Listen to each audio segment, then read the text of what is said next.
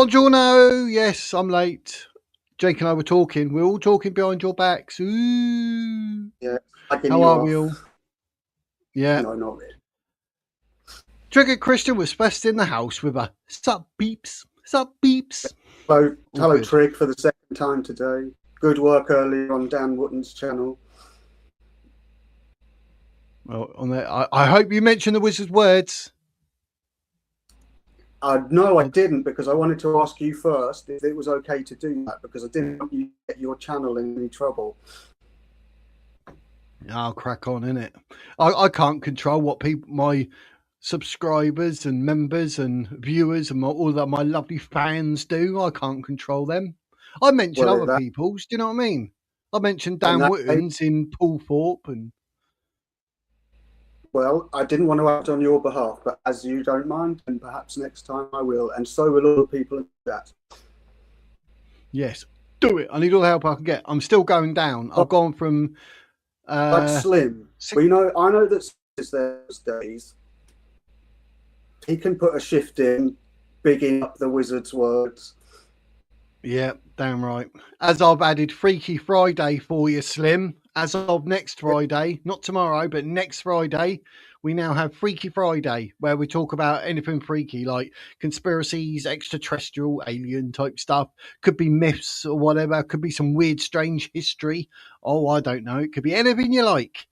So, I mean, I've done it for next week, so I'll be struggling what to put for tomorrow. It's just too soon. I'll be like, because I haven't got a clue yet. I just set it all up because Slim said it was a good idea and other people have mentioned it. So, I'll have to blag it as I go.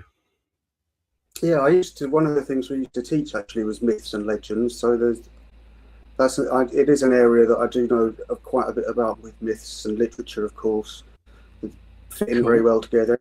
So for ways to approach conspiracies and how to find out whether they're true or not, and what is the way to go about doing it. Because I was thinking actually something along those lines for the first one, because it's the first one that's an introduction. It'd be good for people to actually have the knowledge. We can bring some up, obviously, and talk about them, but then maybe that's where you can step in and say, yeah, but is it real or fake?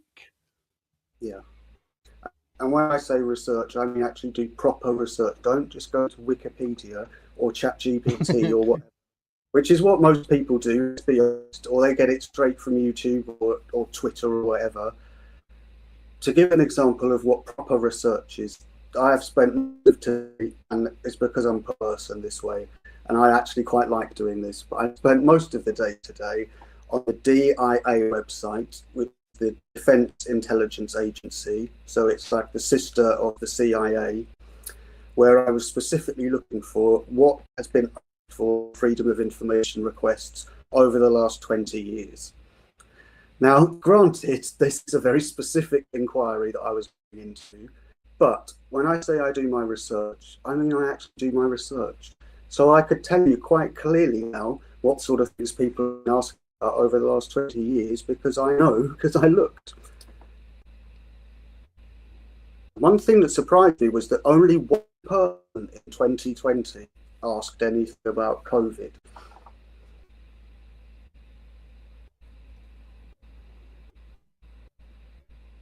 Most things that they were asking about, to be honest, were to do with Iraq and the Taliban. Oh, I like my telly. Don't tell me there's a Taliban. No, not a Taliban. Not unless you haven't got a license, then there could be.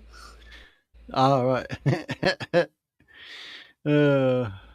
But yeah, Beats and Tapes, how you doing? He's always playing the yo-yo.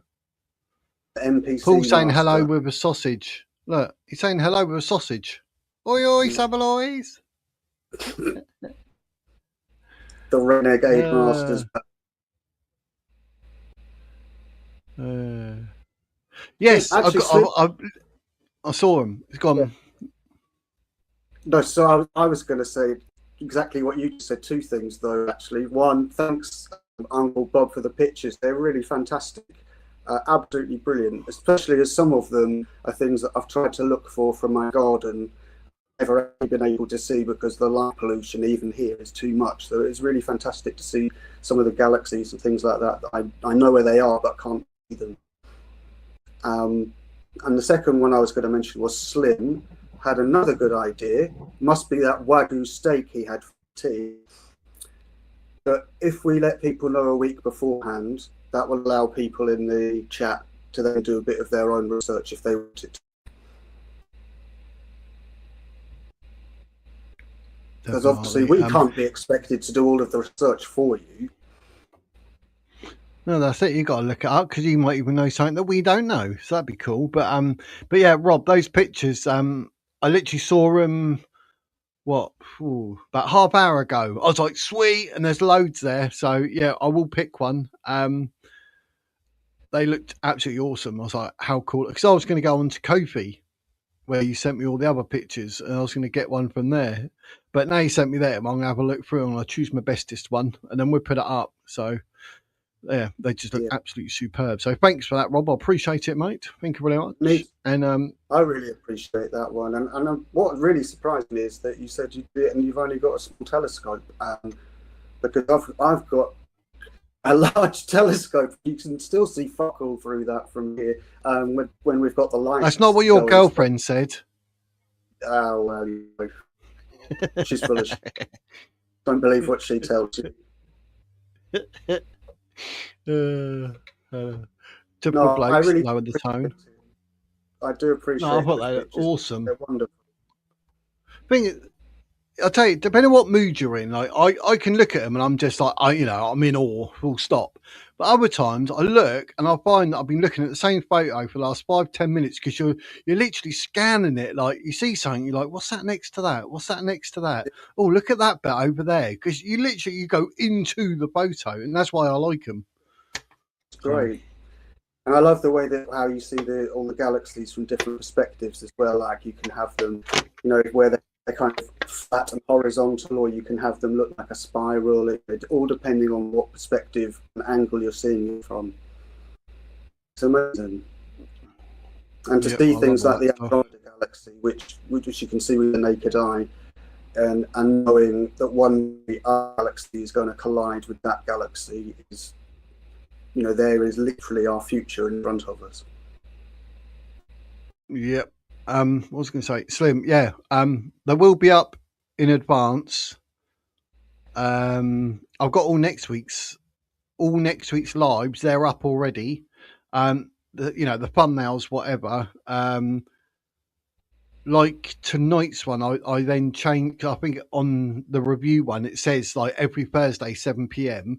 That'll be the only part that changes because it'll then be made relevant to whatever video we decide. Like now, I think it says Alastair Campbell versus TRIGGERnometry, so people see it on the thumbnail. But other than that, it's just the actual description of the video title that changed to make it more relevant nearer the time. But like I said, next Friday being the first one, we'll do a how to, and it'll be like, is it real or fake? And then I'll put conspiracies, whatever like that. Will we need?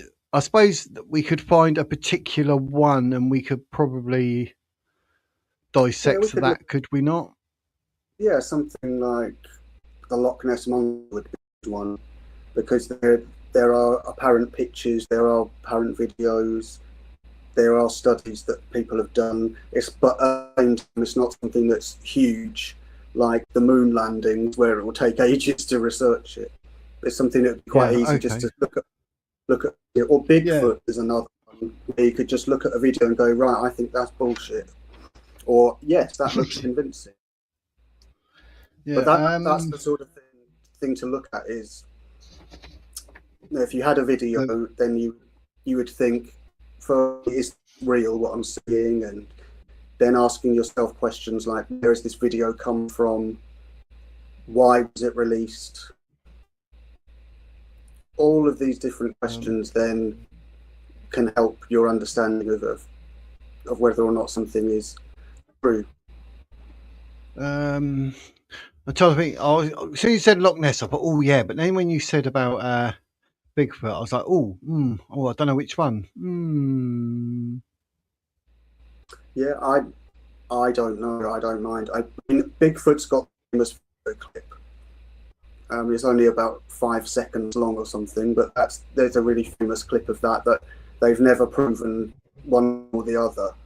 So that might be a place to start. Yeah. Or might you say we could use Bigfoot, and because there's not a lot on Bigfoot, is there? So we could probably do both. No, well, in that case, then we could call it cryptozoology to give it its correct term. What? Let me write it down. Cryptozoology. Cryptozoology. Yeah. Is that zoo double O then another O for ology? So it's like triple O, or yeah, it is.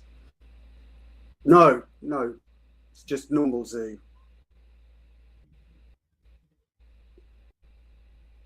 So zoo and then actually, I don't Ligy. I don't know. I've never actually been that down before.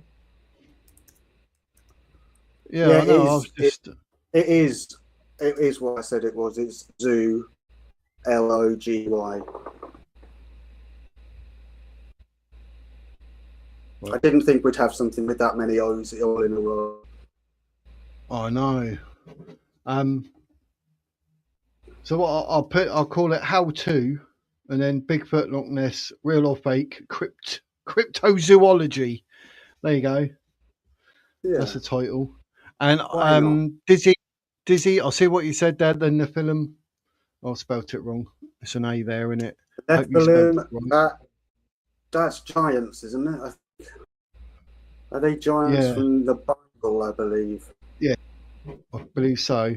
I've just written that down. That nice word, Nephilim. So yeah, we will keep that. So there's also there's a beats and tapes that cryptozoology that is showing off. Yeah. There's another type of Nephilim in German mythology from their famous story about Siegfried and the gold in the Rhine. Right, okay. But I think that's different.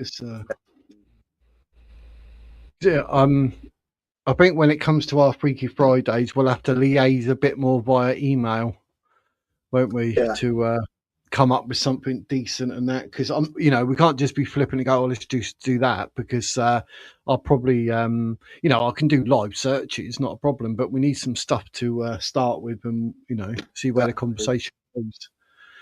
So she'll bring whatever you bring up, I'll be like, hold on, let me have a look. And if everybody gets, how you doing, Jenny? Then there's so much I've got on for my research for my novel, then we can always dip into that at any point, because I'm always finding new things on there. Hello to Jennifer Juniper, and I'm so dizzy. And Pouncy again, you're stalking me. Everywhere I go, I see Pouncy. Seriously, he's everywhere I go. It's good. Is Pouncy real or is he your shadow? Oh, I don't know. Oh. So yeah. So all those who've just joined us, as of next Friday, thanks to Slim bringing it up. I was sort of going down that way when we were talking to Helen about her experience, but I wasn't too sure how people took it or what. I enjoyed it. I mean, I love that sort of stuff. And Slim mentioned about not just conspiracies, about myths and like history and obviously UFOs, aliens and all that sort of stuff. So I thought, right, we're doing a Freaky Friday at 7 p.m. as of next week. So, that give us a break. We'll do our call-ins and we'll do our news and we're going to do our video reviews and we'll do our Tuesdays where you pick whatever. But then on a Friday, we get down and get freaky. I don't know what that is. What's that? Trying to be a bird there or a penguin or something? What's that? Let's just stop doing that. That's just weird, mate.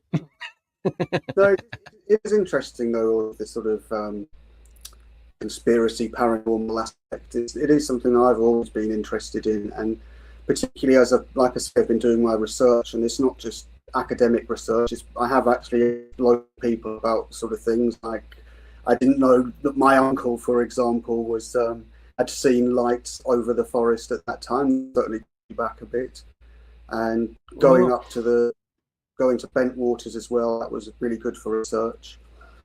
So I'm sure we'll be heading that way again soon.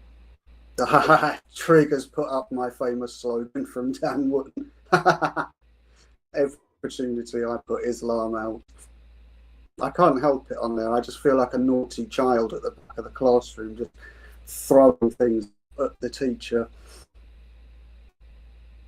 Yeah, because I think that Chris from Speaker's Corner, his book, wasn't it? The Islamic Dilemma. That's going to destroy it, isn't it? Oh, the Bible's fake. It's been corrupted. Oh, yeah, by the way, you need to look with the Quran. It says, the books that came before it. Oh, so the Quran's saying to go to a corrupted book. Oh. Bye-bye, Islam. Bye-bye, paedophile prophet. Now that I'll tell you what's getting on my nerves. It doesn't logically follow from that, though, that means that the Bible must be true. But then if the Bible's true, that means the Quran's fake. But from a logical perspective only, not theological or philosophical, but from a logical perspective, if the Quran says that the Bible is true, that doesn't mean that the Bible is actually true. No, it doesn't. I see people on X, they say like, they're all crap, and they're like, but there's nothing in the Bible that's true, and you're like, well, they've actually got stuff, literally have physical artifacts and stuff that back up some of the stories in the Bible. So yes. There is truth in the Bible, but like we said before, could it really be more sort of like, the first ever like Encyclopedia Britannica type history book or something that was written in a way for us to like not forget, so we can always go to it and research it and go, they said this and this, and then when the historians look, it's true. Well, there's something in that. Doesn't mean it's all like religious, but I'm just saying. It's very, very difficult, of course, the further back you go to find out what things aren't true. In fact, it's virtually impossible to find these things out. So we know, for example, people like Tacitus and Josephus did write down very brief references about Jesus, and that can be dated. But dated for, I think it's from about 40, 50, maybe 60 years afterwards. So they're very contemporary sources for the time. Yep. And the fact that the person was named at all shows that person was significant, so we can say that that's probably very likely that this happened. But what we haven't got is something like a letter from Jesus that says, "Hello, I'm the Son of God. Everything in this book's true," which would solve all of the problems, but it's not how things work, I'm afraid. Yeah. The one that's getting on my nerves at the moment on X is every Muslim and his, I was going to say, and his mum, but I suppose his mum could be his sister. Who knows? Anyway, they're putting Jesus prayed like a Muslim. Jesus ate like a Muslim. Jesus lived like a Muslim. Jesus is Muslim. And I'm like, how stupid can you be? Understand the word Muslim didn't even exist or anything until like stupid years, exactly. hundreds of years later. Exactly. And you think, hang on, and I reply every time, like, Jesus was a Jew, as was his mother Mary. That's it. I can't entertain people being this stupid. Sometimes I share it and say, look, this is their desperation to try and claim something from Christianity because they pray to a paedophile prophet who's now dead and buried in Medina. That's my sort of reply. I think it's a little bit like if somebody today were to say that Hitler was a member of the Green Party because he was a vegetarian, so therefore the Greens must be good. There's exactly the same sort of stupid logic. Yeah, I am very childish on Dan's channel because I like it. I love it. No, I'm not trying to complicate things for you, Disney. I'm just trying to look at it from a sort of a biblical aspect, looking at it from a literary archaeological perspective. No, Pouncy, I didn't know that. I'm going to look it up afterwards. Well, I think every single one of those buildings should be shut down. Or Every convert them back to military barracks, and that's where we put all the people on the boats. I don't think that And then would throw be a them problem out. for me. They want to put them in military barracks. There you go. All the mosques, they've got to stay in them. I'll look that up. No, I never knew that, Pouncy. Thank you for the information. That's why we do what we do. Yes. Even the Bible was And, false. Why does their book confirm a corrupt book? Exactly, mate. Exactly. and to save me the trouble of taking it out, Trig, I think if I say things to Bobby, I think it's a bit different because I've known Bobby for a lot longer. I guess that's probably what it is. I don't think it's anything personal. It's just I've known him now for about a couple of years. Well, not know him. I've just seen him about. Yeah. What if the Jews are correct? Do you know what? I did have. I can't think what happened to it. I might buy a new one. I had a little Star of David, like a chain. I had it actually. Must be a couple of years back because I was in hospital at the time. So I had my Christian cross. Then I had like the Star of David, and someone in there said, "How come you wear both?" And I was like, "Well, the cross is because obviously you're Christian. You believe in Jesus Christ, what he done." I try to explain, like, I don't like read the Bible and believe the Bible as such, but I believe that man walked the earth, and I believe there is a higher power, which I said to you before that we could say creator or God, whatever you want to see it as. So I said I wear that in order to understand that there is something there, and I believe like Jesus Christ, blah blah blah. And they're like, "But why the Jewish one?" I was like, "Because Jesus was a Jew." So it'd be silly not to wear it out of respect for Jesus and Mary, who are very, very important in the Christian dialect, history, whatever you want to call it. Yeah. So out of respect for Jesus, I wear that. And then people say, "Why are you wearing that?" Well, Jesus was a Jew. So, I mean, I stand with the Jews. Hence why I stand with Israel now. And I won't insult Jews because I feel like I'm insulting Jesus. Something in me tells me not to do that. It's really weird. You know, that weird feeling I'll tell you about. It's a very, very complicated, very complex, very personal set of beliefs and systems. Yep. And I'm looking at it from a different perspective, which is more about composition of things. So for me, it's what I find interesting isn't so much the content. What I find is the creation of it. Like when was this bit written? Was this added? When was this bit taken away? Why has this word been changed? Those sorts of things, the really boring things, really pedantic. That interests me because I want to know why that happened. But in terms of the actual message that's in there, as I probably said before, I think that it's part of a message that goes back much, much further.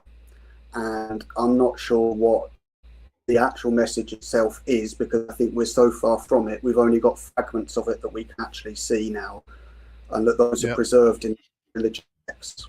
But I know a lot of people disagree with that, and that's fine. They're entirely it's entirely up to them. Yeah.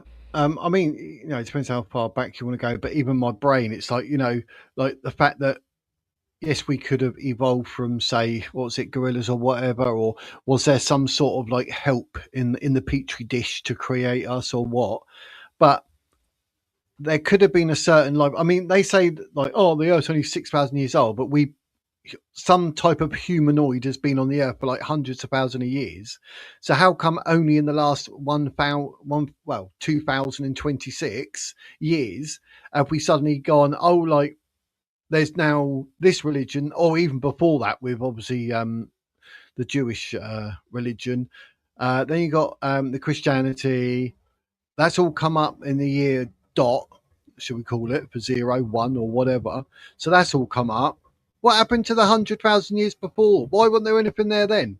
Why is it only then? And why is it only happened since then? And how come we've evolved so much in the last few hundred years when we've been around for 100,000 years and we didn't really evolve much and we just twaddle along, probably not talking, just grunting and picking berries and killing animals and eating them? I mean, it all seems a bit strange that everything happened so quick in that point. So what happened?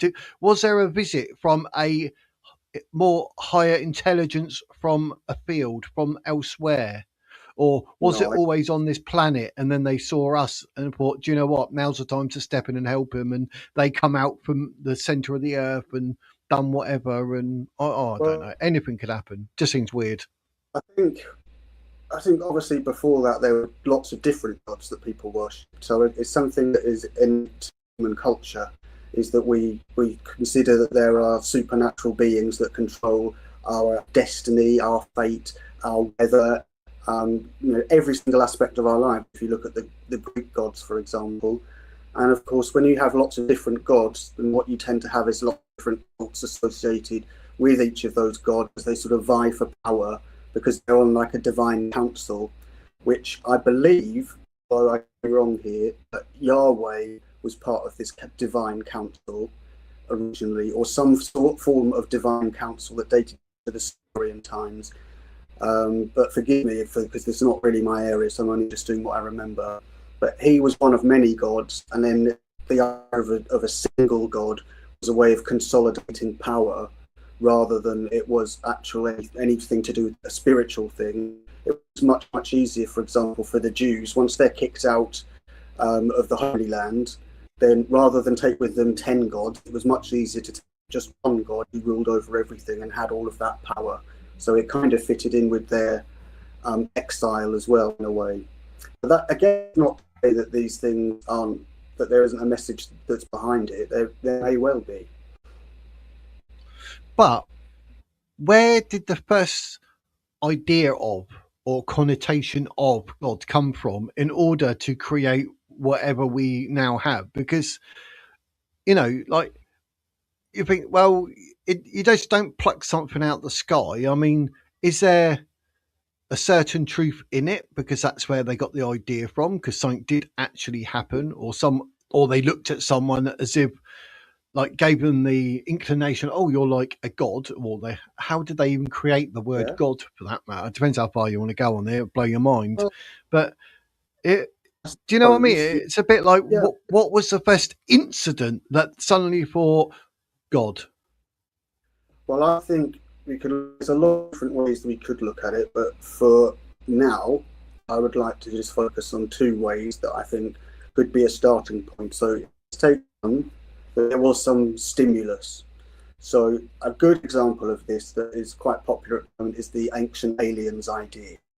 So that the idea that people came here and either seeded humans or bred with humans to create what is here now. If that were the case, they were here alongside humans who may well have been created as slaves or whatever it was, but if they existed alongside us, they probably would have had powers that we didn't have, that would have seemed godlike to the people of that time.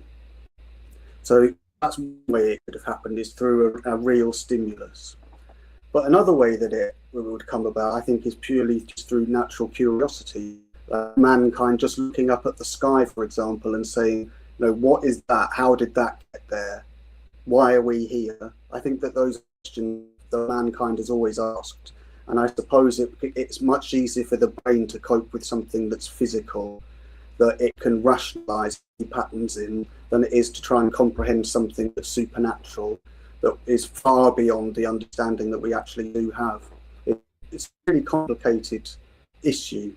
And of course that it varies depending on where you are in the world as well, because there are different cultures responding to the geography of the world that they lived in. So the Bible has got the Great Flood myth, for example. So that part of the world did flood at that particular time, but for the people living at that time, the whole world to them was literally just that part of the world. They hadn't to go any further than that. So the chances are that Britain perhaps wasn't as affected by the flood at that time that it was in the Bible. But of course it could have been. Yeah. Probably right there, Dizzy. Like I think Jake said earlier, like depends how far back you go, we're just never going to know, are we? Unless, time travel. That was a good question, Dizzy, there about history, because if you were to ask somebody today about British history, a young person, then they would tell you a very different version of British history than the one that we know is true, because we're seeing it being rewritten literally in front of us. You know, we're seeing kids being taught about colonization and slavery and all this kind of stuff. You know, it really has perverted their way of thinking. Yep. Yep. I like the Anunnaki and all that. It's so much. But anyway. Actually, they are the divine council that I mentioned earlier. That's exactly who they were. And one of them, apparently, the name of them was Yahweh. And of course, another one of the gods that was then transformed later is the storm god Baal, who is what became moon god Allah. So there is a literary tradition that you can trace through these texts. Well, now, again, it's not to say that they're not true, but you can certainly see, particularly Yahweh, there is a history that comes before the Bible that suggests that it was one God of many. In fact, I think it does say somewhere in the Bible that God is one of many. I don't remember that wording, but there's something that certainly infers that there are more than one. Yes, the flood myth is far older than the Bible, correct? It's from the Sumerian times, I think, or even older. And the interesting thing about flood myths is it's something that we see in a single culture. But whether it's all happening at the same time in each of those cultures is a different matter. You know, I wouldn't mind walking on water. That'd be quite fun. I'll tell you what, Jenny, if you ever find out you can, do me a favour, walk out there with a rope, tie it onto the dinghy, put the thing over your right, and just walk them all the way back to France, because no one else is doing it. You know, I'd like to not just walk on water, but actually moonwalk on water. Imagine that. Moonwalking down the Thames. Yeah, that would be quite impressive, wouldn't it? That would be impressive. I don't know how to moonwalk though, so probably not going to happen, really. That's what I put there. I reckon there's certain truths that, like we say, we never know, but I reckon that's where they are, under the Vatican in all their little storage. Good point raised by Dizzy, because what she is referring to here is something that I've been finding a lot in my research, is you up against gatekeepers. And so through these gatekeepers, they decide what information gets out, what information doesn't get out. They decide who gets to see what and when. So obviously there are going to be things that are in the Vatican that people have probably never seen. But having looked through many archives and looked through classified files, most of the things that are in archives are not top secret and massively mind-blowing things. They tend to be more boring things like memos and notes and things like that. So there would be some fantastic stuff in the Vatican, particularly their science and astronomy libraries. But as for anything spectacular, that I couldn't say. I saw Dynamo. He walked on water, part of his magic trick. So the fact that it's part of a magic trick, we know he never. But you know, it looked like he did. No, he had. They probably put glass under the water. Yeah, I think they did. I think they had a glass platform. Oh wow, there you go. Say no more. But I've got time for Dynamo, because he is from a deprived background. He managed to turn things around, get into magic, made himself some money, and then he got very ill and had to take time off it. And I saw him interviewed, and I thought fair play to the guy. He's really going to turn his life around again and trying to get back on track again. And you've got to admire somebody like that. Yeah, he's it's like it was a way of him not getting beaten up when his granddad showed him a card trick. He thought, I could use that, and he used to go everywhere with the packet of cards. And you think, bloody hell! But then he met with his dad, thinking, try and sort of make a relationship because he'd been banged up for drugs. And his dad turned around and said, "Oh yeah, with all your connections now, you'll be able to help me sell more drugs." I mean, he was like, "Oh well, that was the end of that relationship. That's such a shame." But yeah, I like Dynamite. I like what he done. I do. I like a bit of magic. It makes you think. But it's a shame it's just not real. That really bugs me. Well, I mean, I suppose in some ways you can liken that analogy to doing research as well, because you know watching this that it's not real. So even though you try and even though you see it and you think no, it is real, you know deep down that what is being done is an illusion. And some people like to understand how that illusion was actually created, see how it was done. Other people don't like it because it makes everything seem so just ordinary and it takes the fun out of it. Personally, I like to see how. Yeah, I do. I like to see how it's done because my brain will not let me sleep otherwise. It's one of them brains I got.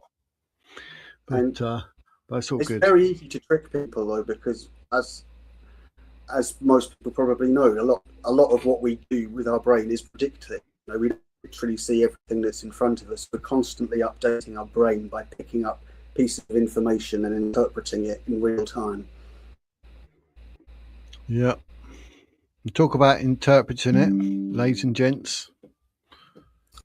Luckily for Alastair Campbell on Trigonometry, they've actually time-stamped it, look, so we can pick what we want to watch. Let's remind ourselves who Alastair Campbell actually is. This was Tony Blair's spin doctor. So this is the man who effectively butchered the British language, which we're still dealing with the fallout now. This is the man who together, or certainly was involved in the dodgy dossier of weapons of mass destruction, which ended up in the death of Dr. David Kelly, which was presented as a suicide, but quite clearly wasn't. So this is a man who, not a person, a known liar, a committed communist, and a thoroughly rotten egg. Yeah, he's a weirdo. He's like back in his journalist days, it was always, you know, I think he's got his own agenda. Not really someone that you can admire. But I thought, because I mentioned, I think this one, or there's one with Nigel Farage, and I thought two people, I think, in the chat were like, oh, not Nigel Farage. So that I was like, well, Alastair Campbell it is then. So, but yeah. Well, this is a man, let's be frank about this. This is a man who effectively hates Britain and decided that he wanted to dismantle it alongside Mandelson, Brown, Blair, and all of their other cronies. This man is responsible for what we're dealing with today. He would have been very much along the mindset of diversity is being a strength, and would have seen it as being a way of getting revenge over the right through all of the defeats the left suffered in the 80s when they were effectively wiped out, and then they had to rebrand themselves as New Labour, which is how they've managed to get in and ruin everything for the past 30 odd years, is what we need to get rid of now. So he's one of the architects, and he'd be one of the first ones up against the wall with a bullet if I were in charge. Which I'm not, obviously. And I mean a rubber bullet. I'm not advocating lethal violence. Indeed. Exactly, Triggered. That's why I brought up these sections, so we could like pick one or two. Do you know what I mean? Depending on how we go. But yeah, I thought we'll pick a couple and it'd be good because they, you know, reading them off hand like that. There's a few there. You think, interesting. Well, but I did watch one, and it wasn't about what it said, so I got a bit cheesed off. Well, how about if we look at the first one? Why is populism so popular? Before we let him speak, perhaps we can see what the chat think about why populism is so popular. And what is populism? What is wrong with populism? I think we know that he's not going to be along the side or on the side of populism. Alastair. So what is wrong with populism? What is wrong with the popular voice? Surely a democracy is supposed to represent the demos, which is the people. Therefore, populism should be the way a democracy operates. But what has happened is it's been corrupted by the left. Populism has been turned around to mean all of the things we predictably say, racist, far right, all of that bollocks.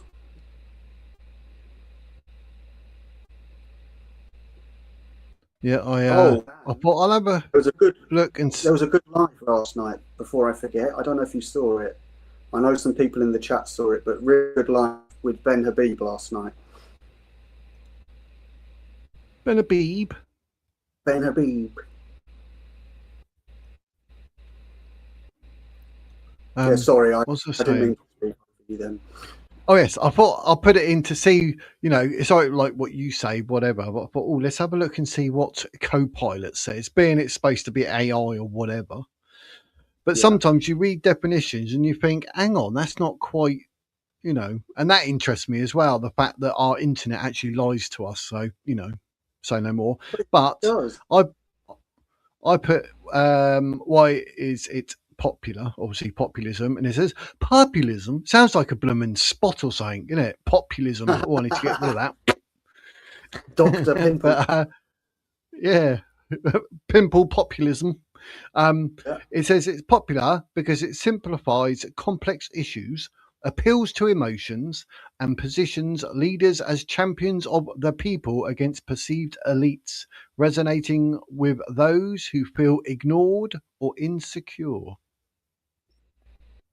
Now, surely, if you're in charge of the country, those are the people that you want on your side.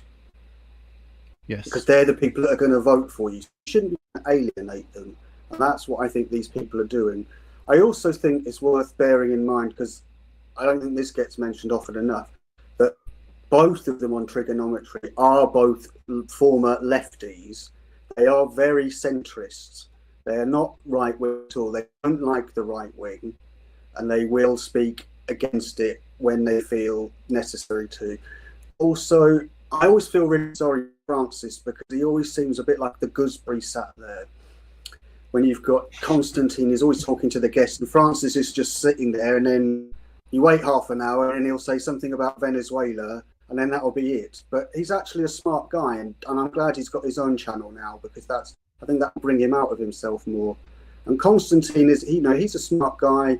He's strong in his opinions, but where I think he becomes a little weak sometimes is I think he is far too aggressive in the way that he approaches things, and I don't think he always thinks things through in the right way. But generally speaking, I do find that I agree with a lot of what these two say, but not all of it. Yep. Alastair Campbell, on the other hand, I don't think I'll ever agree with anything he says.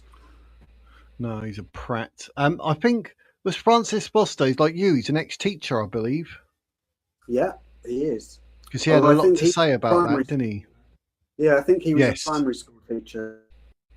Yeah. Now we look down on primary school. That's actually true. We do look down on primary school teachers. And the reason for that, the reason is because if I was still teaching secondary school and I wanted to work at primary school, I could just get a job in one, no problem. But someone from a primary school has to retrain to teach in a secondary school. That's why we would look down on. Oh, I see. Precisely. Mind you, saying that's weird, because I had that in the world when I was a doorman, because you get like an orange strip and it says door supervisor, and you get those that wear a blue one that says security. Well, they have to go back and learn more to upgrade to my badge, whereas my badge covers what they already can do, which is stand in a supermarket, because I'm above that, because obviously, you know, I'm in a pub fighting, for crying out loud. Yeah. Or hopefully not. Hopefully not. But it's exactly the same principle, yeah. But and that's why we well you have found this as well, actually. If we push the analogy a bit further, if you have people from primary school coming into secondary school, then they don't tend to be as good at teaching, because their knowledge isn't at the same level, and that can be a problem. And I also find massively that when kids get to year 7, there's a lot of things that I think that they should have been taught, and I realise that they haven't been taught, or have been taught really, really badly. So I'm not a fan of primary schools at all. And you might have found that maybe the people with the different coloured one, when they came along to work with you, that they were inadequate, or perhaps they weren't as good because they didn't have the right skills. Yeah, by law, they're not allowed to stand on the door. with a blue badge. They're Yeah. not allowed. They have to have it upgraded. So, but Is that Ollie SIA? has done 10 Wizard Word memberships, Is that and what it's oh, called? it's gone to SIA license? Southeast Patriot. Yes, Nicola. Yes, Linda. I'm looking at who got them. Thank you very much, Ollie. Thank you. Oh, I love you. And then just as I was getting ready to say that, where is it? Robert's coming. Whoa! 20 memberships. John the The Crows. Wow. Thank you, Uncle Bob. You He's a good man. legend, you. I won't read He's all a the good. names, but there's a few in there that like iPot Lad, yeah, Gunner's Mate, Toby Carberry, yeah, UK Lady. Well, there's a few in there, yes. Oh, blimey. There's so many. It 20, makes crazy. I'm very happy to see things like that. The good people out there. Yeah, absolutely amazing. Because like I said before, they will actually get emailed and they'll be told like, oh, you've been gifted a membership, and it brings them to the channel. And I need it at the moment because I've gone from 6765 down to 6749. So I don't know what's going on in the world. I lost a couple when I put up about the king today. I lost another two, but Well, you can't not blame me for it because I got censored, so you can't put it on me. Yeah, no, I actually went in. Yep, I actually deleted about a 20-second clip because I worked out how to use it. But that was all good. That's absolutely crazy. But oh, hang on. There's another one now. Ollie's jumped in Well, with another 5. thank you very much. Can you keep up? I went Scottish then. At least Slim knew what I said. Oh, got a Yeah. good shot with that with Rach, and got the mummy hyper focus. But yeah, they all get notified. So hopefully they'll be like, oh, I got a membership there. I better use it. I'm going to go and watch, and it brings them in. So you guys donating memberships is more than the donation. It's hopefully bringing people to the channel. So I really, Nelly, really appreciate that. Thank you very much. Nelly still isn't green. Oh, blooming hell. Nelly, Oh, stop ducking. No, you have to be. Isn't it green? Is for you're a member? I think, isn't it? Yep, that's If they one of these memberships hit you, your name will go green. Yeah. Nelly, we can't have that. We can't have the Queen of the North left out, can we? No relation to the time. kind people. Because I think Dizzy got one last time. Nelly and Grace. I think they all got one in the end. But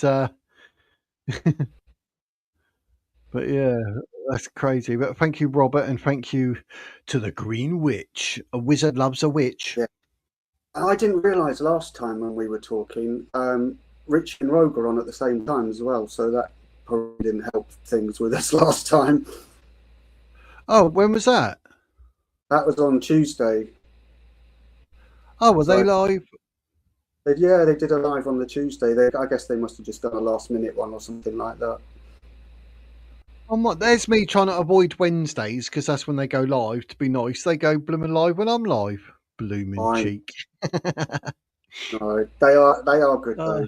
I enjoy. Yeah, I like them. Yeah, it was fun doing research. Yeah, it was good doing questions for people, but it's a lot of work to do all the time. And I don't mind doing work, but I like to do work when not that I'm saying that they didn't give me loads of work at all, but what I mean is I like to do the work when I've got time to do the work rather than feel pressured, which I didn't do anything. But they were lovely to work with, they really were. And what I really respected about them is it's not just the fact that they come across very well on the screen. How they come across there is exactly what they are like in real life. And they will do a show, and then they will do something. They'll up team afterwards to see how it's gone and to say thanks to everyone or send texts out and things like that. And those things to me, they make a difference, and that's why I've got a lot of time for them and always go along and support them where I can. Yeah, I was planning to get them on my channel, and then something come up with Richie. So obviously we haven't spoken since. But I don't know. Like we haven't really liaised much now, so I don't know if maybe there's something that came up on my channel that they didn't like or they didn't agree No, with. I don't know, but I mean, I wouldn't have thought they so. don't come across as those sort of people, do they? Do you know what I mean? They wouldn't care. They'd be like, "Well, that's No, your view. Crack on." there's a lot of things that are happening off camera that people don't know about them and their lives, which can affect what they actually do. And so I don't know if they've necessarily got as much time as they'd like to have to put into the YouTubing. I think they tend to do it more on a sort of ad hoc basis, whereas they'd like to do it on a regular basis. And so maybe they just haven't had time to get back, or maybe they meant to and forgot or something, but I wouldn't imagine they would have done it on purpose.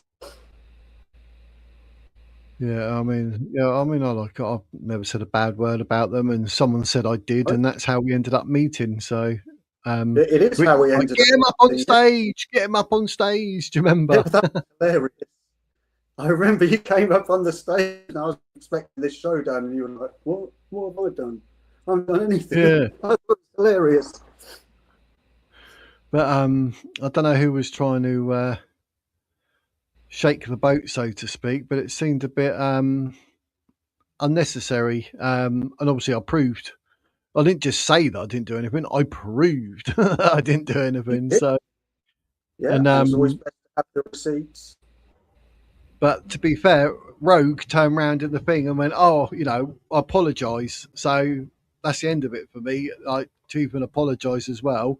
I wasn't expecting an apology. I was expecting it was a misunderstanding. We were told wrong, blah blah blah. Yeah, Which happy days. People do like to do that. Spread that is exactly what false I mean. information. It's exactly what I mean, So that they are just, ordinary, decent people, and they do appreciate what people do. And that's why I think that they probably have just forgotten because other things have happened. And yep, yep. we're And all guilty. yeah. But yeah, we do follow each other on X, so it's all Yeah. good, dude. No, So for a fact that one of their mods, Nikki, is fantastic. She works really, really hard. She's lovely as well. So she's brilliant. And of course, excellent. as well, not just the YouTube they do, they also do a lot of public appearances and things like that. They go up and down the country talking to people. So I guess it's just what they can do when they can do it. But, you should be able to change your name now. Surely the @Patrick Edwards. You could change it to something Oh, is that like Spectator with what the was his spec. name again? I forgot what his name is. We spoke about it. Robin. Whee! I was going to let you hang for a bit there before I told you. Yes, Rob. I knew who it was. In fact, I remember we were talking about this, and someone in the comments said that I was being really good to him and being an intellectual snob. I didn't realise that Robin and I had spoken in the chat before, and we had actually arranged to talk about it and dismantle it. It was funny. He knew exactly what I was doing because he asked me to do it. Yep, it's No, all they good. don't go on. It's all good. But Richie been on Dan Wootton's channel a couple of times, but he's always been on there just him without Rogue.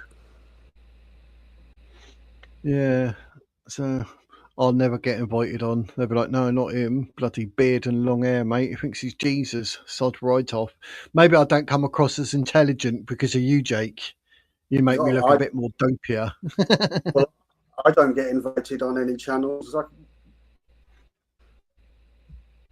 No, because you're Satan. They say, "Oh, what name do you put? What do you want to say? What you do on screen?" And you'll have to put co-host on Wizard's Words. That'd be a good way. I think I will. I mean, I could put loads of bullshit if I wanted to, but I don't like to. Okay, Put Jake Forder, loads of bullshit because I want to. Do that then. Yeah, good. Not literally, mate. Stop being a knob. No. Come on. Not literally. No. Yeah, do it, mate. You got to do it, Robin. Because I keep saying, I've been saying it. But, well, ask Jake. Yes, he says he's nice to go out of his way and help me go through sort of chapter 1 and 2, and we'll go from there and see what happens with the Wizard's book. We ain't done nothing, mate. I don't know where my time's gone. But hang on. When you say we, What? You mean What? when you say we, you mean you, don't you? I can't read a book that I haven't said. Well, we were gonna. We'll what's the get word? there. Investigate the text Yeah, and we'll how it's investigate. written.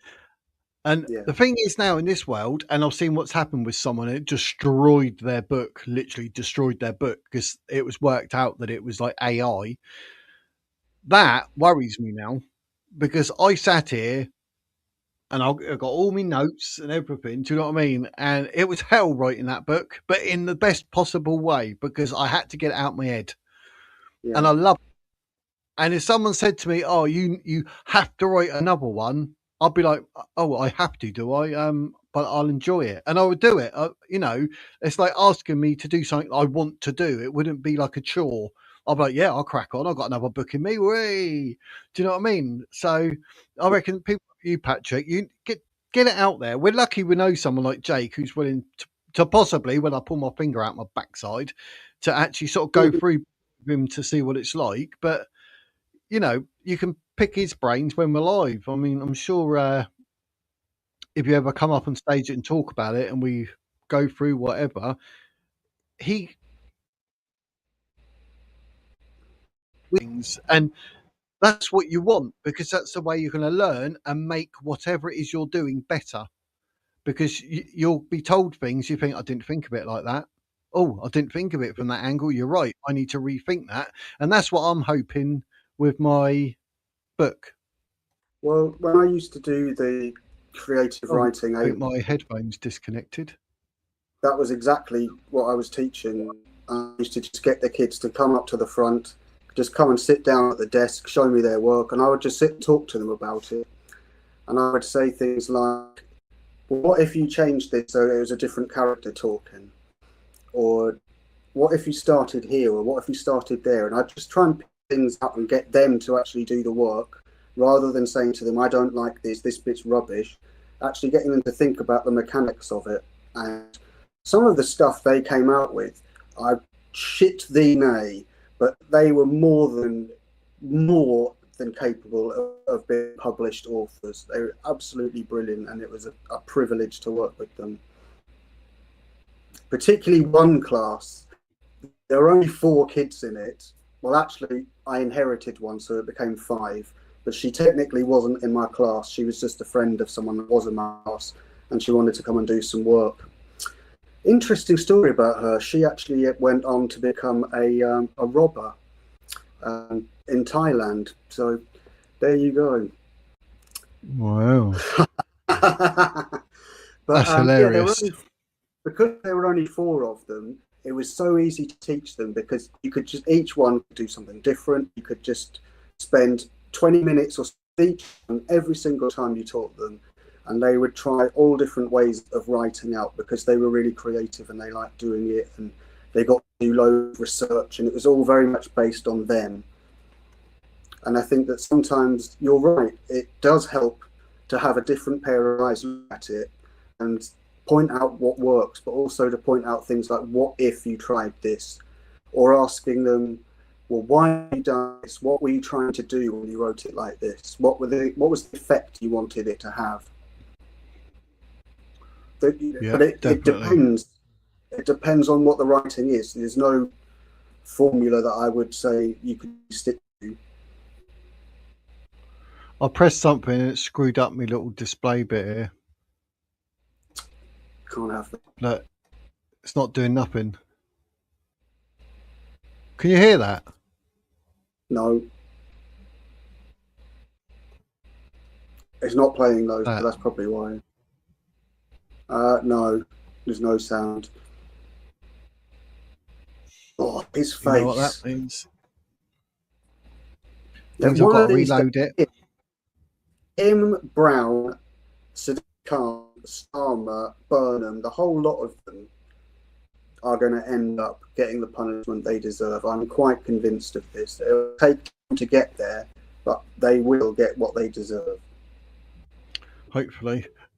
Right, ladies and gents, 1 hour, and we're going to finally press play. It's been an interesting chat. I'll have to edit and load up just a bit from here. Going, hi, welcome to the Wizard's Words. It took us an hour to get this point, so I've cut it. Here we go. Right. Why is populism so popular? Let's see how much we can get through before Jake says, stop it, mate. I mean, welcome to TRIGGERnometry. Can you hear it? Nice to be here. It's great to have you. Thank you. So, Alistair, let's kick it off. You have always been fiercely critical of populism. Why is that? What, because we're living in the populist age now. What's the problem with it? Well, it depends what you define populism as. I define populism as a form of politics that seeks to exploit rather than solve. That's my view of populism. It's not, I know that the sort of traditional view. First thing this fucker does, first thing that comes out of his mouth is, I'm going to redirect and I'm going to change the question that you're asking and redefine that word so that I can answer the question I want to rather than the one that you want me to. Do you spot that? Yep. It's exactly the tactic that we saw Destiny using repeatedly in his one with Andrew Wilson. I just don't understand how we come up with the word exploit. Like, as soon as he said that, you think, what? Right. Talking about populism. When he said exploit, what sort of effect does that word have on you? Straight away, it's like a negative word, so it must be something that's bad because it's being used in a way to con people, maybe. Yes. I would say I would take it a step further, which is that what you said is exactly right, basically. But yeah, we'll just go with that. You were right. But I would have just added in the word emotive, because what it's really doing is it's a word. It's not just an ordinary everyday word. It's a word that particularly creates an emotional response, because to exploit that's a bad thing. So people who exploit are terrible people, and he's deliberately chosen. You hear that word when we're talking about sex crimes and like young girls were exploited. Yes, so your brain can jump to certain negativities that aren't just negative, but they're quite sordid and sinister. Yes, exactly. And this was a dispute I had with Rochester Grammar School. One of the things they wanted to teach the kids was persistence. And I said to them, no, not persistence. What you mean is resilience. Where you use the word persistent offender, persistent rain. It's not a good thing to be persistent, whereas being resilient is, and it's responsible. Did they listen? Did they? They are trying to be very my language today.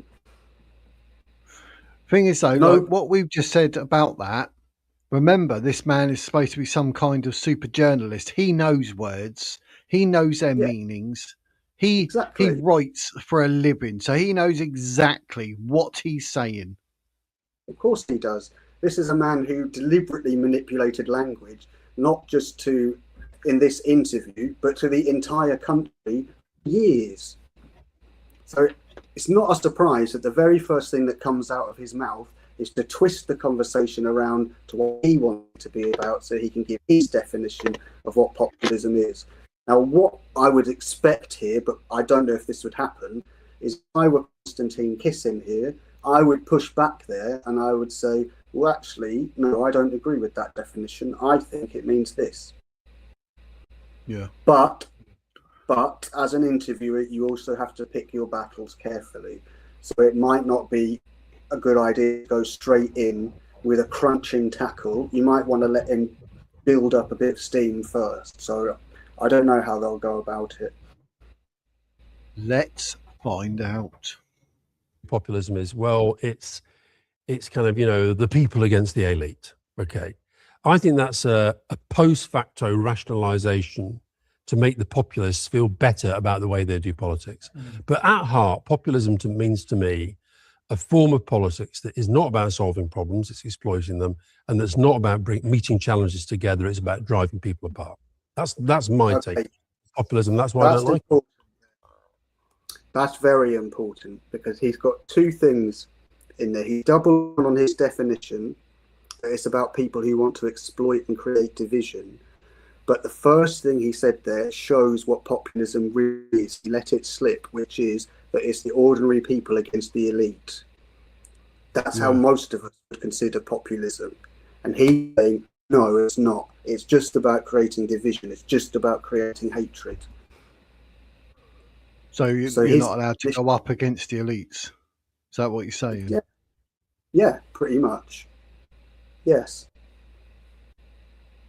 Nasty piece of... Yeah, so we can sort of understand where he's coming from and his angle straight away. So if that's his attitude, now, just think, when he was in power, he was laying foundations in the late 90s for where we are today. And using language in that way to create division, which is one of their favourite things, that people on the right create division. I think the only people who are creating division are people who are on the left and Islamists. They're the ones that are creating an us and them sort of paradigm. The populists aren't actually really creating against the elites. What they're creating, or what they're wanting, is fairness. Yeah. And why do you think we've got to this place where we're living in the age of populism? There's so many reasons. I think, I think people, there are some very effective political operators who have worked out that their route to power, with the views that they hold and the characters that they have, is this form of populism that I've defined. Okay. Trump, most obviously, Nigel Farage here, we know who they are, and they're all over the world. I think they're much better organized than the centre left. One of the things I find is comical about the populist right, where nationalism is so much of what they're for, is actually they fight it on a global level. They're a globalist organization fighting against globalism. But I think you've got to go back, probably as far. Because again, a couple of things are important there, I think. First of all, the reason why we have populism now is because of people like him and Bill Clinton and all of the people that created the globalist environment that we now are suffering the consequences for. But what I thought was interesting then is the way that he described the populists was projection, because it's exactly what the left are. We know for a fact that the right are not a movement that has a global together. We know for a fact that it's the left that do that through their funding from people like George Soros and other foundations. If you look at the protests, for example, in a British city and then the ones in an Australian city, you will see that they've got the exact same placards, the exact same font on the placards. So that is what you call a global link. You don't see that with the right-hand side. And so he's taking what the left are doing, he's projecting it onto the right and saying that's what they're doing. Whereas definitely the crash. I think the crash was 2008, etc., was a massive driver of populism, and I'll come back to that. But I think you probably even go back further than that.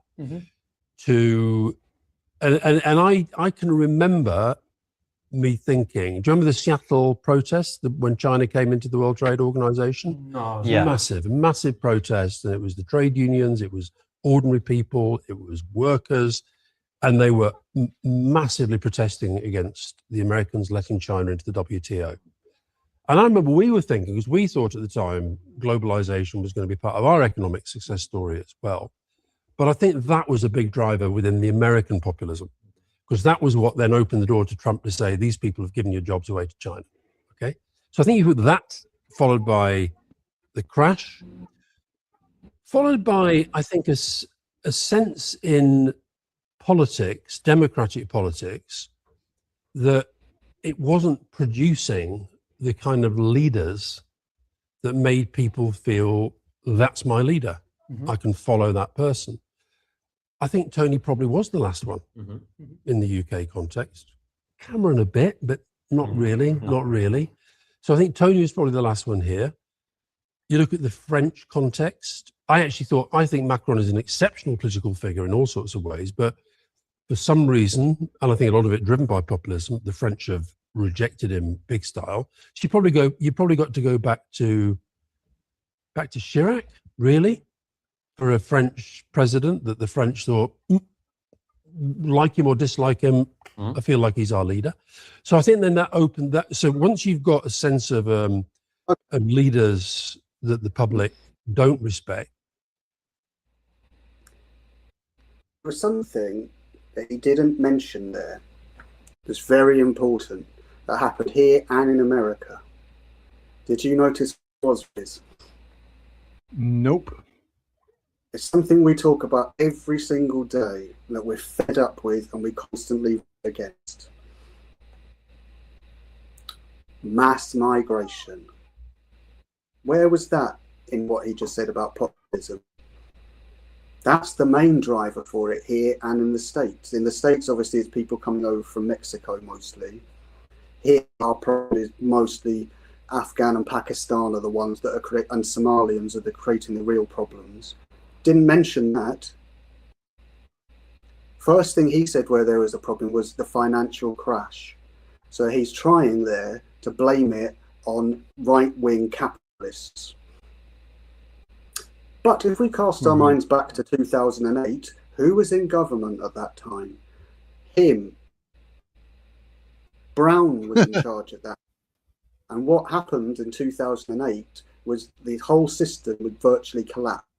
And what they should have done is they should have completely reset it and sorted everything out and gone through a major depression, worse than one we actually had, but to let everything crash so they could redo it.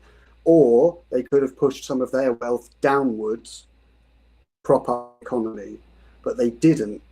What they chose to do instead is take our money to prop up the banks. So of course everyone's pissed off about that because the banks made a mess of everything. We then have to pay for it. We've got every right to feel aggrieved about that, I think. Yep. So when did Conservatives come in then? About 2010-ish or? Roughly about then, yeah, 2010, 11, 12, something like that. It's that period of history where everything goes a bit vague, because it all becomes a bit beige, and one thing just becomes another, and you don't really understand what era we're in anymore. That sort of Cameron era, who remembers it? Yeah, what a wet lettuce that bloke was. But I think, and I seriously do mean this, I think that if that idiot that we've got in charge of our country at the moment is allowed to be given any free rein, then he will tank this economy, literally will. But I think it's coming anyway. I think there is going to be a big economic crash, and I think it's going to be a way of then digitalizing every single aspect of finance. So getting rid of cash entirely, and a way of bringing in a digital ID as well. So you have to have that in order to buy and sell. Some people might argue that that's the mark of the beast. Yeah. But I think we are getting towards that point now. So do you think it's actually being deliberately done so that because it's a way of controlling us even more if everything's digital? Absolutely, yeah. I don't know about necessarily control. I think it is a form of control, but it's not the form of control that we necessarily normally think. It's not as if there's somebody there watching you 24 hours a day. But somebody could, if they were assigned to you, find out what you have done over the period of 24 hours quite easily just through your digital activity. You can trace every single thing about you from the data, from the metadata, from the location. They already have all of that stuff on us now. So I don't know why people say they're against digital ID, because we already have it. We don't have a formal version of it yet. That's the only thing. Yeah. What I mean by that is there's not a central database where all that information is kept, but it's obviously there are data centers growing everywhere. It's the great thing that I couldn't stand most of what Thatcher stood for, most of what she did. But when Thatcher was Prime Minister, I didn't think it's ridiculous that she's the Prime Minister. Mm-hmm. I think our politics has suffered massively from having, we know who they are, certainly Johnson, certainly Truss, Prime Minister thinking, it is ridiculous that they're our Prime Minister. Okay. Now, and Johnson, of course, classic populist. Absolutely. When I said, see a problem, how do I exploit it, not solve it? I mean, that guy did not believe in Brexit. And yet he was one of the prime deliverers of it because he saw a challenge, a problem for others. How do I exploit it? Because what was his big motivation? It was to become Prime Minister. And then what happened after that? He didn't really care. Do you think part of the problem as well is that when we saw the banks being bailed out, a lot of people thought, well, hang on, they've made all these mistakes in there and they're getting away with it scot-free. And that's what I meant by the crash. Yeah. What you had was socialism for the banks, yes, and austerity for the people. The banks who caused it, and then the people who didn't. And how many people have gone to jail through the global financial crisis, right? And then whereas the people have paid a massive price. Now, and then what happened is, because this is just the way politics works, politicians got blamed for not holding the bankers properly to account. Politicians got blamed because whenever there's an economic hit, it's politicians who tend to cop it. But I completely agree with you. People, even if they didn't you didn't have people sitting around saying, well, this is terrible, this is socialism for the banks and austerity for us. But they did think, well, hold on a minute, these guys have completely fucked it up. They're getting bailed out with our money. And even though, and I remember Alastair Darling, Chancellor at the time, and, that was a very, very stressful time for those guys. But I remember talking to him about it's a very hard thing to have to explain that this is going to be bad. But if we don't do this, it's going to be even worse. But there's no doubt that was a driver. I think that was a driver of a lot of the polarization that we feel now as well. Because that is the thing that allowed the populists to say they're... Just reflect on what he has said there. He said people blame the politicians. But who else are we going to blame? They're the public face of governance. They are the government. If anybody could have stopped these banks getting that money by putting an act through Parliament, it's politicians. So it's right that we blame them. They are at fault. The bankers are at fault. We should have let them fail. And we should have sorted out the system that we've got and reorganised the way our financial system works. But I think that's one of the bigger problems that goes alongside this, the financial system and the global system of trade that we currently have, is where a lot of the problems do come from and what we need to actually sort out. And I think if we were to make Britain more self-sufficient, that would help us enormously in reorganising our country. There's no reason why we can't be self-sufficient with energy. We've got plenty of oil in the sea, one of the richest reserves in the world. Why aren't we drilling it? Why are we paying to have Russian gas shipped over here? Well, I also know about al-Quds. That doesn't mean that I think that Islam is true. Yeah.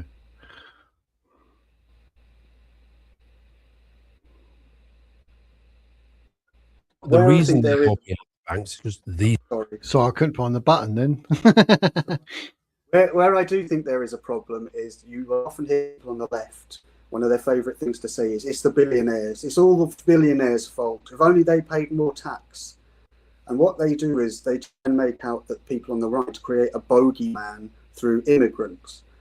They seem completely oblivious to the fact that they've created a bogeyman in the billionaires. And they also seem a bit ignorant as to what would happen if all those billionaires went to different countries and took their money with them. Yeah. But I think I heard somewhere they saying that hasn't worked in France because they come here and didn't work in Spain. So you end up making less tax because they do a runner. Well, let's try and put that into perspective. That we've got North America, Europe, and Australia. They're all going through exactly the same shit. Why is that? It's to do with the way that they've structured the economy and the way that they've structured trade. And they've all decided that bringing in economic migrants boosts GDP and makes their economy look better. But what they haven't done, and what they should have done, is invested long term. Just put a plaster over a hole, effectively.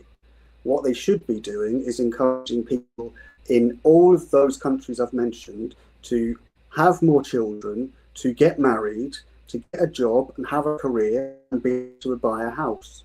And the government should make it a right for people to be able to own their own house. Because at the moment, people are being priced out of the market by people that have more money, who shouldn't be able to be pricing them out of the market. There should be enough supply and demand for everyone to have access to a home and for everyone to have the right to buy a home as well, in my opinion. Yep.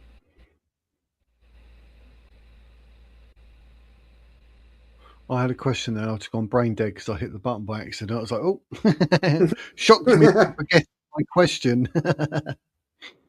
Anyway, so there's still a couple of minutes left of him trying to explain this. Elitists. And you, the people, are paying the price. But who were they, the elitists? You know, bankers, traders, business people, people like Trump, people like Farage.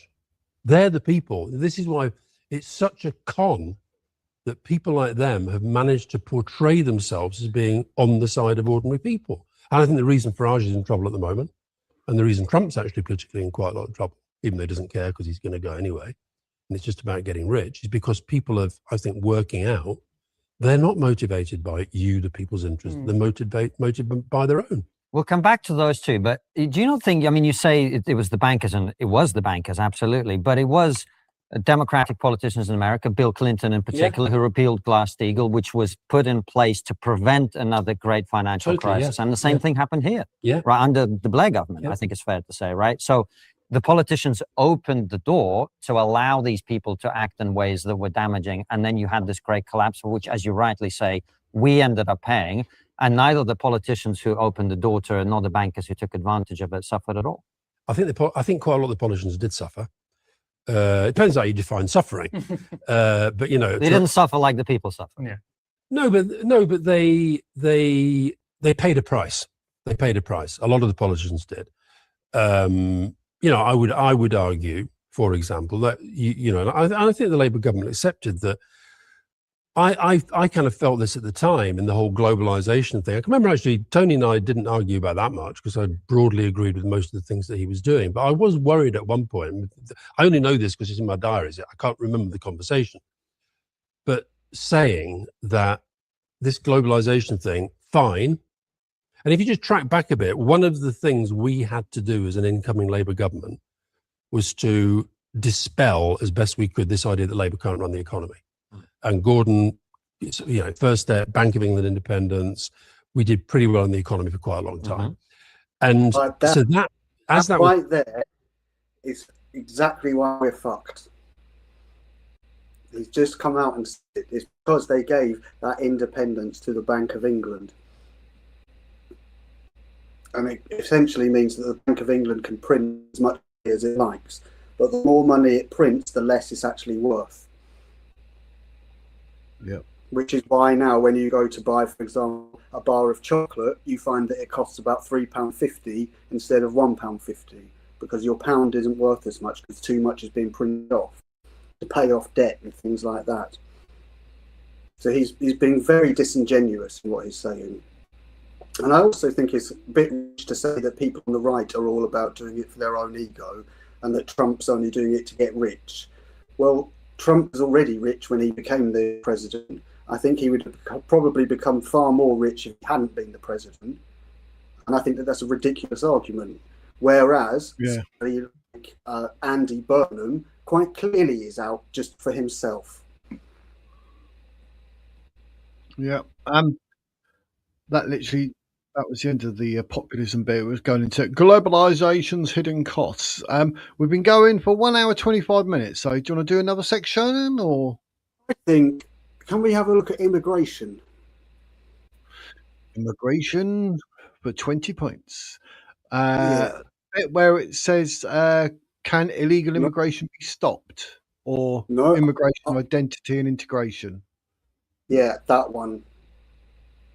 Because that is the core problem that we have, that we've got too much integration, not enough integration, and people like him think that diversity is a strength and probably think it's a really good thing.